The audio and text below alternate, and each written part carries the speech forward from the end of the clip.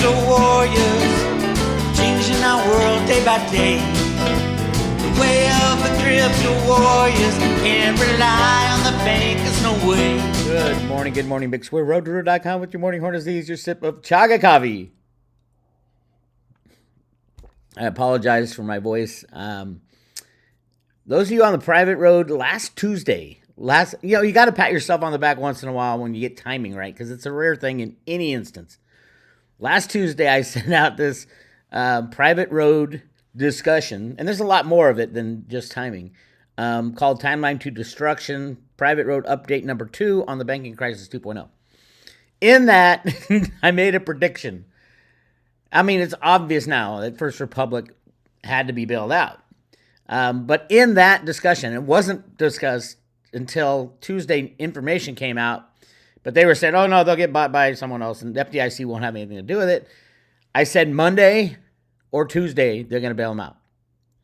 Monday or Tuesday, and it happened this morning, Monday morning. Now, it's a structured deal. A structured deal means whoever's at the end of the structure would also go. Had First Republic been allowed to fail and the depositors not get their money, the uninsured depositors, then 100% the entire system would have blown up, especially the larger banks. So what happened? Voila.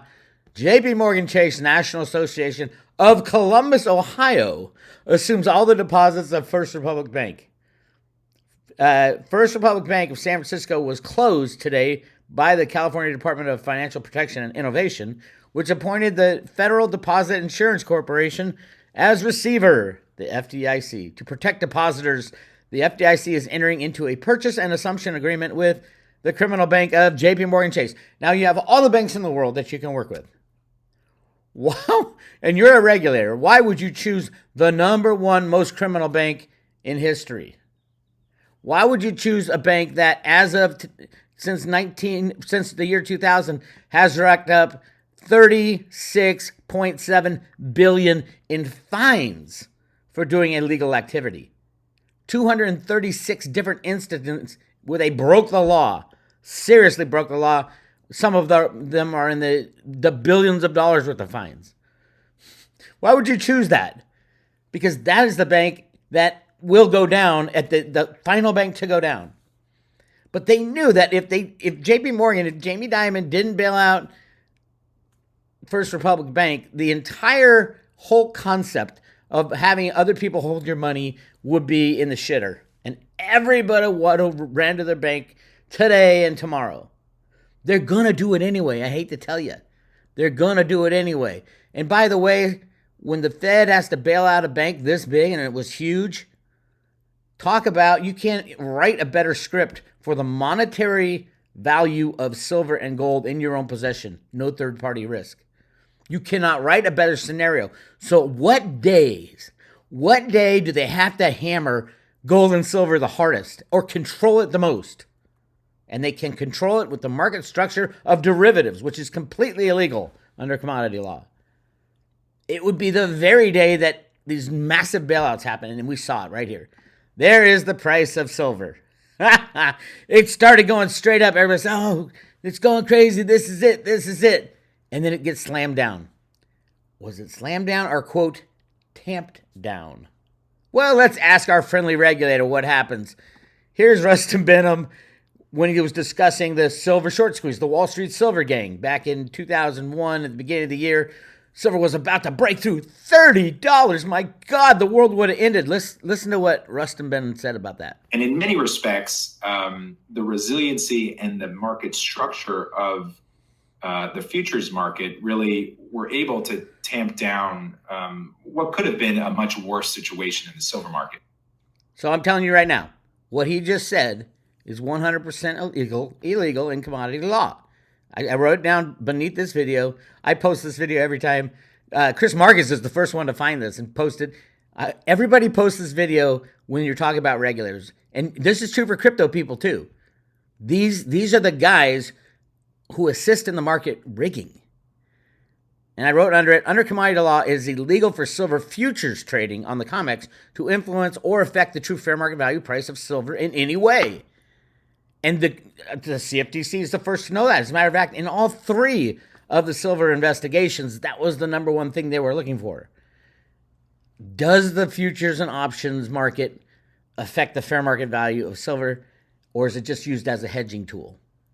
It absolutely controls the fair market value of silver, and that's exactly what ROSTIN BEHNAM said. Again, right here, listen up. Of the futures market really were able to tamp down what could have been a much worse situation in the silver market. Okay, there's my question. If it would be a much worse situation in the silver market, there's millions of silver investors all around the world, millions of individuals who are investing in silver. Who would it have been a much worse situation for? Would it be for the tens of millions, maybe hundreds of millions of investors in silver? Or would it be a bad situation for a handful of short banks who rigged the price by tamping it down? We all know the answer. It would have been a bad situation for the banking industry. It would have been a bad situation for guys like Jamie Dimon. They control the regulators. Regulatory capture, it's called. Absolutely. The number 2 guy at the OCC, Office of Comptroller of Currencies, who's supposed to be regulating the big banks, came directly from JPMorgan. Gary Coleman. ROSTIN BEHNAM is doing the bidding of his masters. Just crazy criminal action. So let's get deeper into First Republic Bank is seized, sold to JPMorgan in second largest U.S. bank failure. Now, the FDIC is required to report every quarter what the current balance is of the DIF, which is the what is it called? The Deposit Insurance Fund. So this is what they put on their balance sheet, the list. They talk about it every once in a while, but at the end of the year, it was $128 billion. That's all. The FDIC is required by law to insure, for FDIC insured banks, let me get this right, 1.35% of all deposits. That's their requirement. And right now, they're not even close to it. They're less than what was the number? And they have a whole program how to get back there in 2028. So they have to semi-annually report on this. The deposit insurance fund resulted in a reserve ratio remaining unchanged at 1.26%, and they are required by law, and it says it right here. Despite increased uncertainty in the banking industry and the recent failure of 2 large banks, staff project that the reserve ratio will reach the statutory minimum of 1.35%, ahead of the deadline, September 30th of 2028. Well, now we have another bank going down, which puts it lower and lower. We will see the DIF, the Depositors Insurance Fund, completely destroyed, so FDIC insurance will be zero. Right now, they're on the hook for this one for, I believe it's $13 billion. Even given the structure of everything, but something else happened. Let's continue reading on this JPMorgan thing. Regulators seized First Republic Bank and struck a deal to sell the bulk of its operations to JPMorgan Chase, heading off a chaotic collapse that threatened to reignite the recent banking crisis.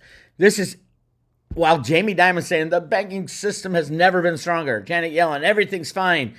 Joe Biden, everything's fine. Karine, what's-her-face, everything's fine. The banking system have never been stronger. And yet, First Republic Bank, had they allowed it to fail, would have destroyed everything, heading off a chaotic collapse that threatened to reignite the recent banking crisis. JPMorgan will assume all of First Republic's $92 billion in deposits, of course, pick and choose, and they have a sharing agreement in losses with the FDIC. Jamie Dimon's no dummy. He'll swoop in. I'm saving the day. No way. He's building a massive empire, but he's picking and chooses what assets he wants and what clients he wants. So he's going to take all of First Republic's rich clients.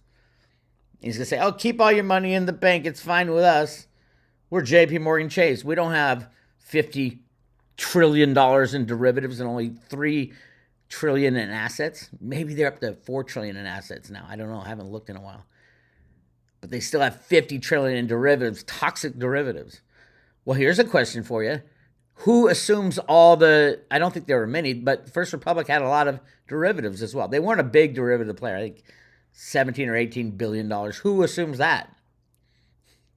Oh, they don't tell you. What they did tell us in this article, at least in the Wall Street Journal, and what JPMorgan said is right here, which I'm red flag. JPMorgan also said it would receive $50 billion in financing from the FDIC. I'll drink to that. Cheers. Let's see, 50 billion. Where the balance of the diff is what? 100 and I don't know what it's down to. Right around 100 million, 100 billion. Did the FDIC just take $50 billion and encumber it by giving it as a loan to JP Morgan Chase? The FDIC doesn't have $50 billion to give out other than where did the $50 billion come from? It's financing from the FDIC. What are the terms? What are you charging Jamie Dimon to borrow the money? Is it a market rate? Are you trying to hide something else from the humanity? This is pathetic what they're doing. But like I said, if you don't bail out one bank, if one depositor, either insured or uninsured, doesn't get their money back, everybody will run to the bank that very day. They don't even have to run to the bank. They'll go online and buy as much physical silver from Andy Schectman as you can possibly buy. Physical silver. I know it's hard to store. Big whoop. What a great problem to have when silver hits $2,000 an ounce, right? You're not going to be sad that you have storage issues when silver hits $2,000 an ounce. Don't forget, silver, the number one reason that silver runs on the big runs in 1980, all throughout history, has not been because of industrial demand. It has not been because of industrial demand. It has always been investment demand. It's always been because it is the go-to monetary metal, way better than gold. The bankers have all the gold. When the banks fail, they got to sell all the gold back into the market. They don't have the silver. At least not no more. Not anymore, since JP Morgan did a derivative deal leasing 1.2 billion ounces of physical silver to Bank of America, in turn turned around and gave that physical silver to the likes of Warren Buffett. I think he's the number one person. The U.S. Mint got a lot of that silver, and I think Elon Musk is getting a lot as well. Through structured silver deals that JP Morgan or that Bank of America all of a sudden came out of the blue with a couple years ago. Completely out of the blue. Right after JP Morgan got busted for rigging the gold and silver markets, I think a deal was struck behind the scenes. DOJ said, you have to divest yourself of all this physical silver before the world finds out. Can you imagine what people would say and do if they learned that JP Morgan Chase shorted silver for 8 years, and while they were shorting it massively on the COMEX and tamping down the price, they took delivery of over 1 billion ounces of silver, more than 10 times what the Hunt brothers took. Can you imagine the public relations that Jamie Dimon would have? That was the problem. Jamie Dimon and the banksters overplayed their hand in Blythe Masters. The backlash to that bank, and don't forget, they've already been busted for criminally manipulating the price of silver during that time frame. They've paid a $920 billion fine for that. They were also rigging gold and treasuries.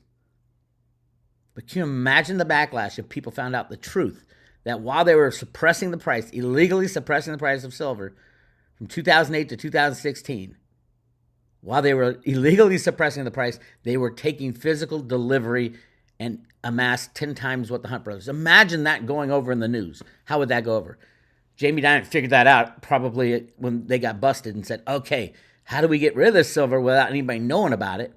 First of all, they didn't.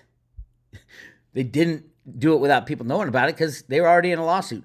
During that lawsuit, it came out that in the year they signed the agreement that they paid $920 million, they booked a $1 billion gain in metals trading. $1 billion. Don't get me wrong. They're very, very, very savvy when it comes to metal, but they only made like $15 to $20 million every single year. And it was pretty consistent for years. But the year that they paid the fine, the $920 million, they booked a $1 billion gain just in precious metals trading. That tells you right there that they unloaded massive amounts of silver, but they can't just dump it on the market because, again, people would know. So they did a structured deal through Bank of America, leased them the silver, never to get it back. This was not an operating lease where they give back the asset. This had to be booked. It had to be booked for that $1 billion gain. That means it's a closed back end. The back end of that lease, say it's a 1 year or 2 year leases. I think they were 1 or 2 years. Probably 1 year because that's what the data said in the OCC. The back end of that had a purchase price set for the silver. So Jamie Dimon knew that silver wasn't coming back. Probably wanted nothing to do with it. He already spent his life trying to get out of that silver position. It's been reported that the CFTC knew they were offsides in silver. And could you imagine if they came out and said, "Oh, we're fine in this crash. We have 1 billion ounces of silver." The backlash would be shocking. So they got rid of it. Bank of America showed in their derivative position that they're the ones who took it and lent it out in a structured deal to somebody who ended up with the silver. Again, I think it's the number one is Warren Buffett.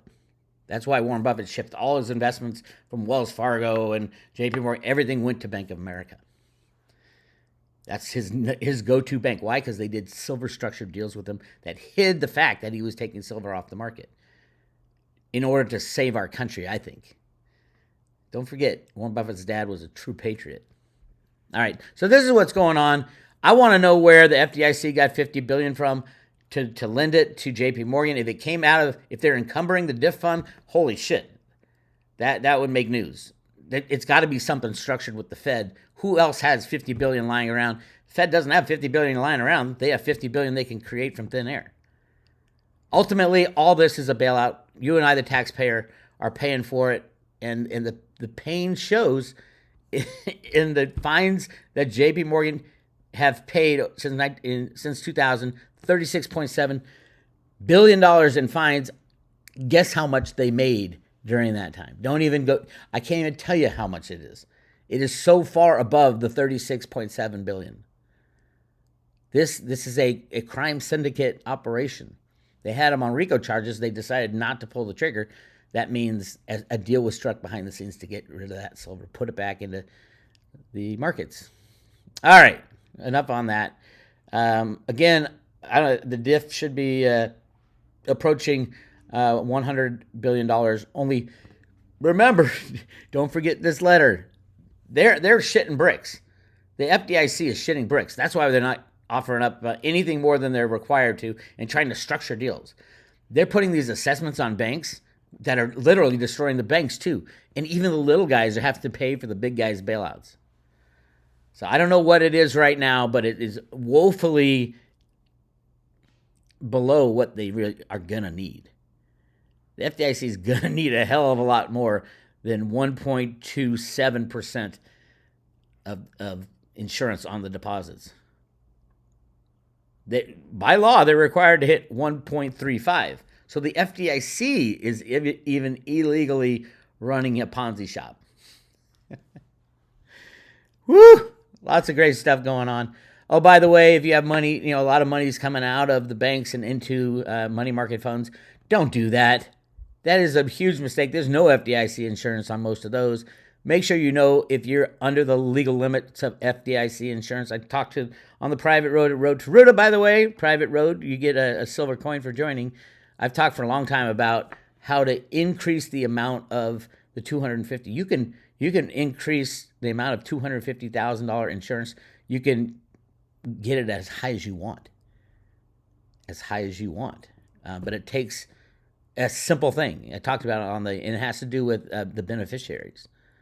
If I have 10 beneficiaries, every single one of those beneficiaries has $250,000 worth of insurance. Yes, you got to make sure those people are on, because it's going right to them. It's not going back to you, so you make sure it's family members, because you don't want, some stranger you barely know being one of your beneficiaries, because they end up with the control of that money after the FDIC pays out. Now, the banks won't want you to do that, and you can find banks that do it, and they should be doing it. If your banker says, you can't get more than 2 beneficiaries, that is not the law and not the rule. They can say, that's an in-house type of thing, and then it says, are you afraid of not being able to cover? Are you afraid of your uninsured deposits? And then they'll say, okay, we'll do it. Or you can move your bank to somewhere that will do it and make it a condition upon where you're going. Say you're at JPMorgan and you want to move over to a local bank, go to your local banker and say, I have $1 million. JPMorgan won't give me the beneficiaries to legally be covered by FDIC insurance. Will you, Joe Local Bank? I'll move the $1 million out of JPMorgan into you if you allow me to add 4 beneficiaries, which will make it $1 million, $250,000 each. There's so much going on the road to Ruta. So right now I'm looking for, okay, where did the FDIC get $50 billion to lend JPMorgan, and why does JPMorgan need $50 billion? Lots to unpack here. We'll get the answer to the $50 billion, but it clearly was not in the announcement that the FDIC. It is something that JPMorgan told that was part of the deal, and the FDIC said nothing about it. So I don't even know if it's true that the FDIC is lending $50 billion that they don't have to JPMorgan Chase. And if they do have it, are they encumbering the assets within the diff, which would mean half of the diff will be gone? I doubt they'd be that stupid, but you never know. Because they can just go to the Fed, but then people say, oh, it's a bailout again. So we want to know the terms and conditions of the $50 billion loan from the FDIC to JPMorgan. How was it done? What money was used? Because you don't have any money. And it would lower even further what the coverage that they're supposed to have on the banks. Because not only are they supposed to have assets, are they really taking on liabilities from JPMorgan Chase, which would cut down on the overall value of what the FDIC is? It's so crazy, but it had to be done so that the people can't know the details, though. That's what you get on the Road to Ruta. Join Private Road to Ruta. Go to roadtoruta.com. Click on subscribe today, at least for right now. While ROSTIN Behnam's gang on the COMEX is tamping down the price, we are giving away 1 silver Road to Ruta coin, Ruta Lives coin, with every subscription. So go check it out. This is Bix. I'll talk to you guys later.